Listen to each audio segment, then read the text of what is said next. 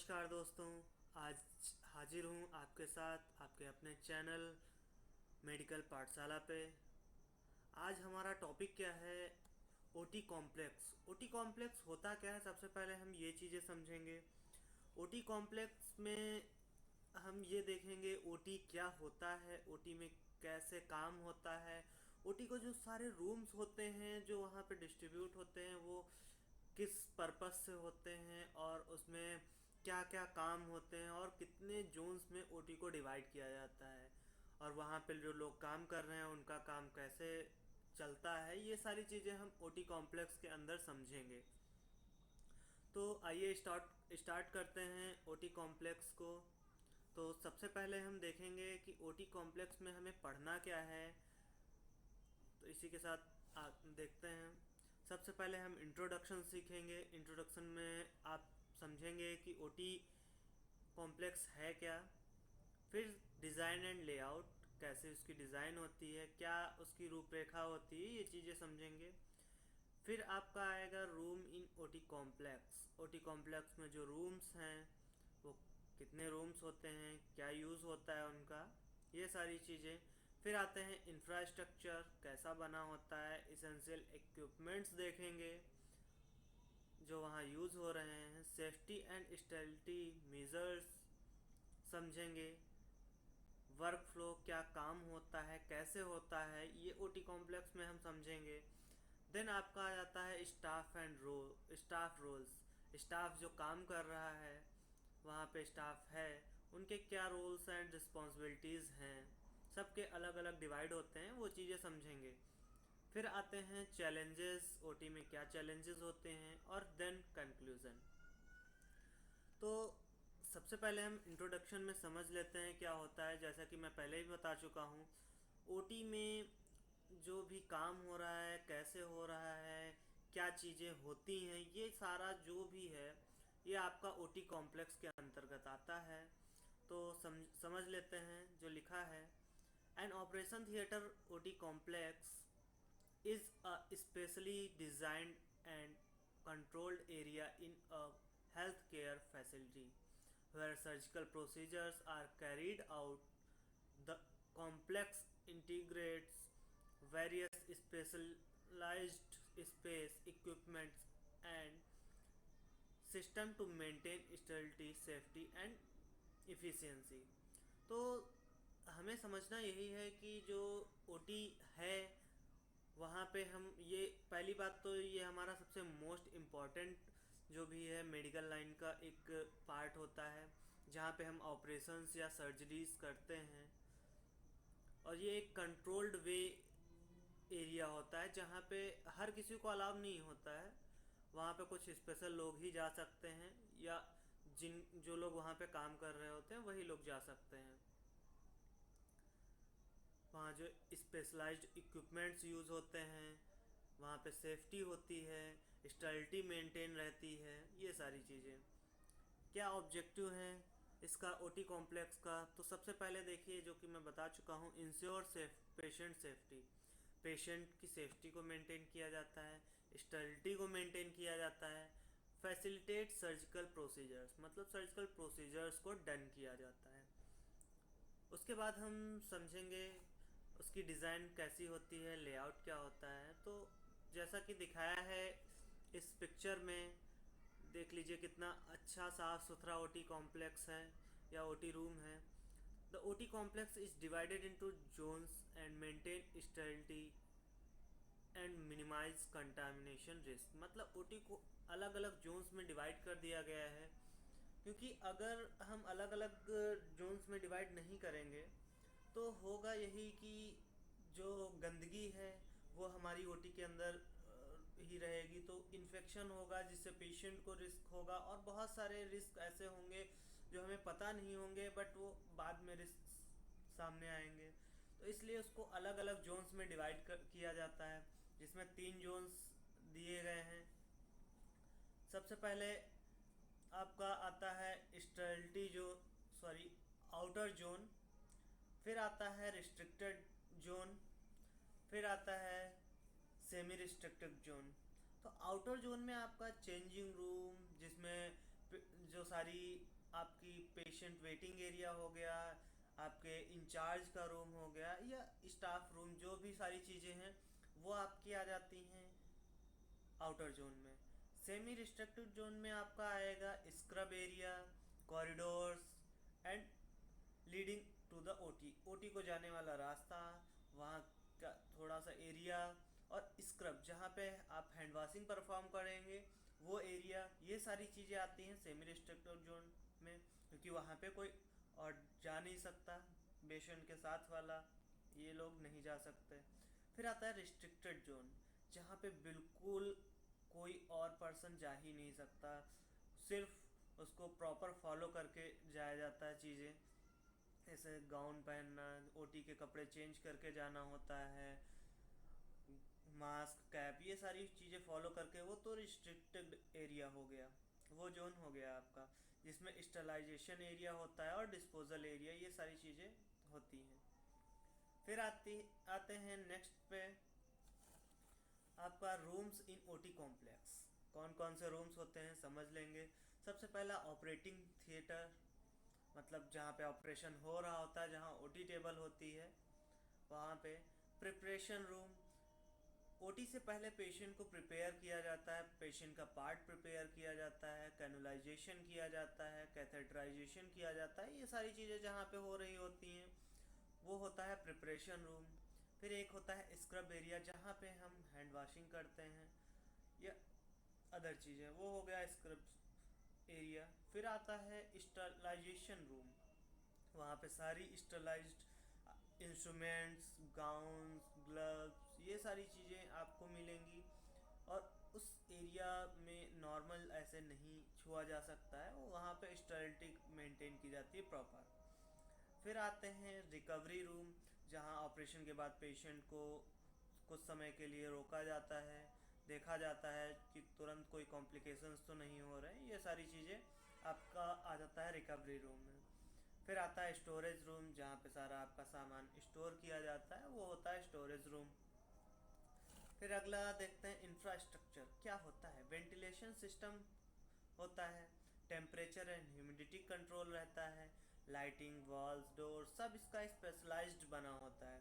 तो जो वेंटिलेशन होता है वो बहुत अच्छा होना चाहिए, और उसमें एक हेपा फिल्टर यूज़ किया जाता है, जिसका पूरा नाम है हाई इफ़िशियंसी पार्टिकुलेट एयर। तो इसमें क्या होता है, बहुत अच्छे से एयर को क्लीन हो जाती है, उसमें जो जर्म्स हैं या माइक्रो ऑर्गेनिज्म हैं वो ओटी के अंदर नहीं ग्रोथ कर पाते हैं या नहीं आ पाते हैं, इस वजह से इस फिल्टर का यूज़ किया जाता है। And laminar air flow system to maintain sterility.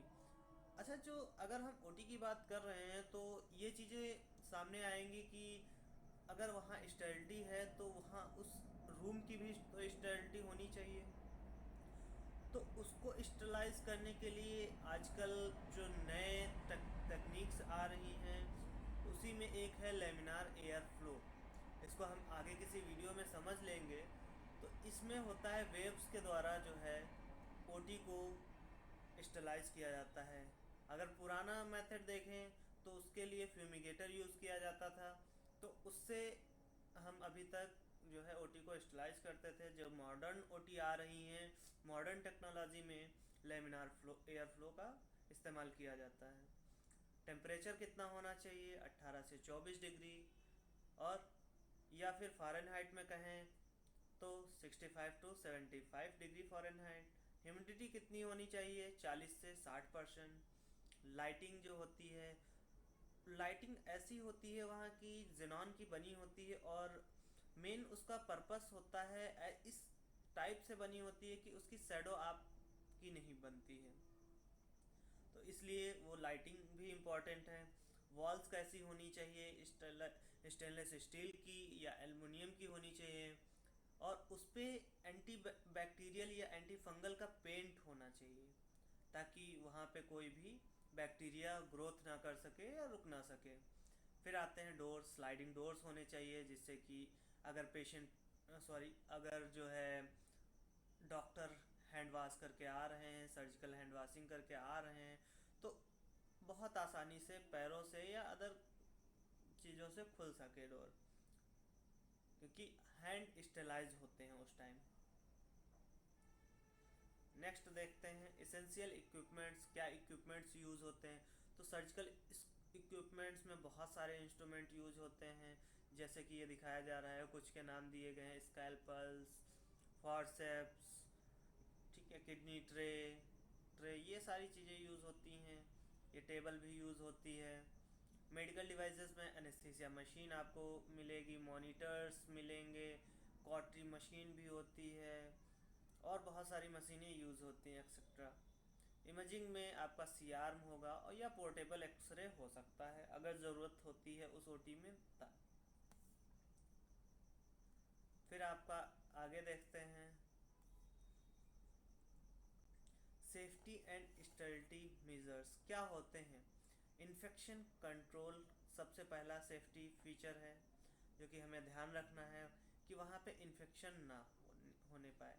तो उसके लिए ऑटोक्लेव का यूज़ करते हैं, स्टेलाइजर्स का यूज़ करते हैं, स्ट्रिक्ट प्रोटोकॉल्स फॉलो करते हैं कि ऐसे कोई बाहर से अंदर नहीं जा सकता है। तो इन सब चीज़ों से इन्फेक्शन को कंट्रोल किया जाता है।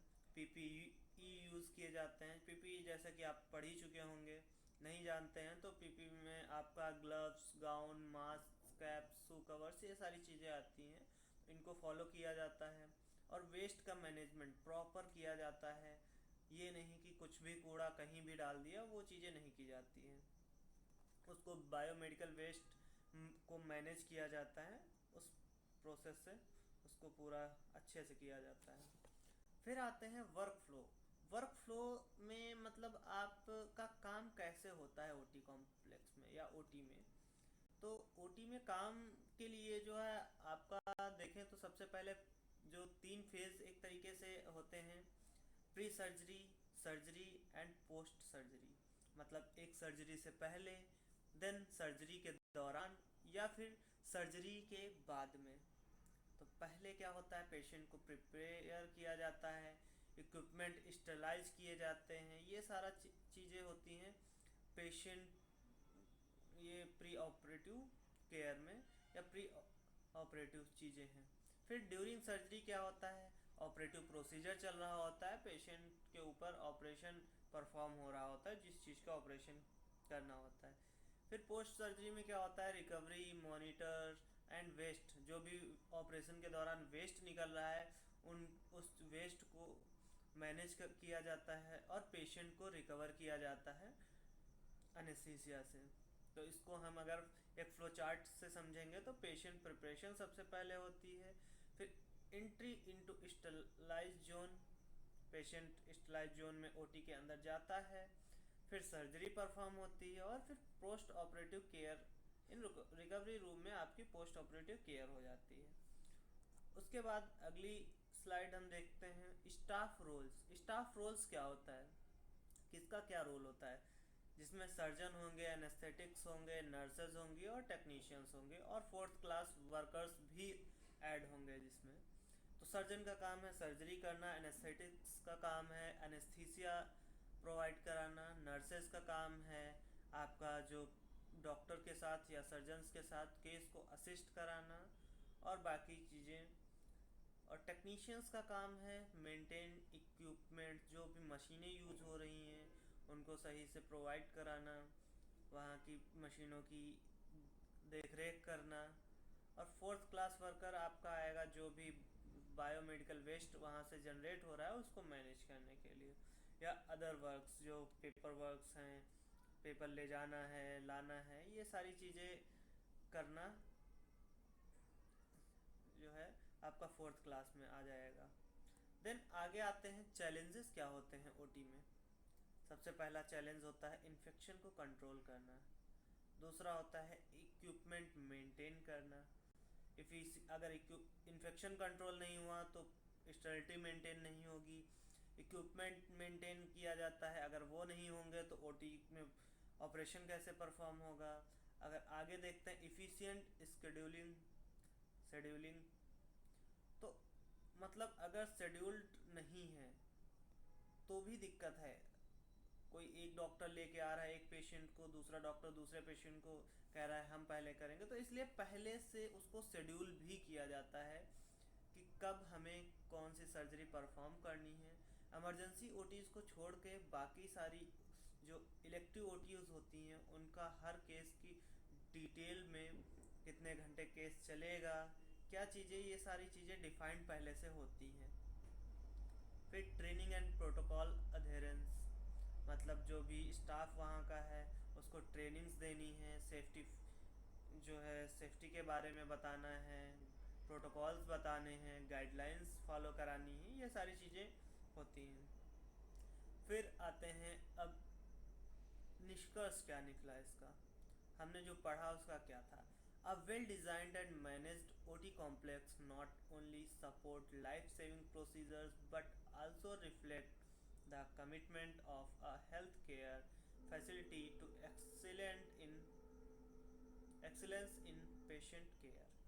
मतलब जो well designed and managed OT complex है केवल लाइफ सेविंग प्रोसीजर्स को नहीं सपोर्ट करता है, बल्कि साथ ही साथ जो है अपने कमिटमेंट की पेशेंट को अच्छी से अच्छी सुविधा मिले, इस चीज़ के लिए भी जाना जा रहा है ओटी कॉम्प्लेक्स, क्योंकि वही एक ऐसा है जहाँ पे बहुत मतलब सही तरीके से या बहुत अच्छे वे में एक स्टेप बाय स्टेप चीज़ें होती हैं जो कि अदर जगह या वार्ड में फॉलो नहीं हो पाता है, बट ओटी में हमेशा फॉलो किया जाता है। तो यहीं पे हमारा चैप्टर या हमारा जो भी आज का टॉपिक था वो ख़त्म हो रहा है। Thank you. अगर आपको वीडियो अच्छी लगे तो आप वीडियो को लाइक करिएगा, शेयर करिएगा और कमेंट भी करिएगा। अगर आपको कुछ इम्प्रूवमेंट चाहिए या किसी टॉपिक पे आपको नई वीडियो चाहिए तो बिल्कुल आप कमेंट करिए, वीडियो आगे उसको उस पे जो है वर्क किया जाएगा। Thank you.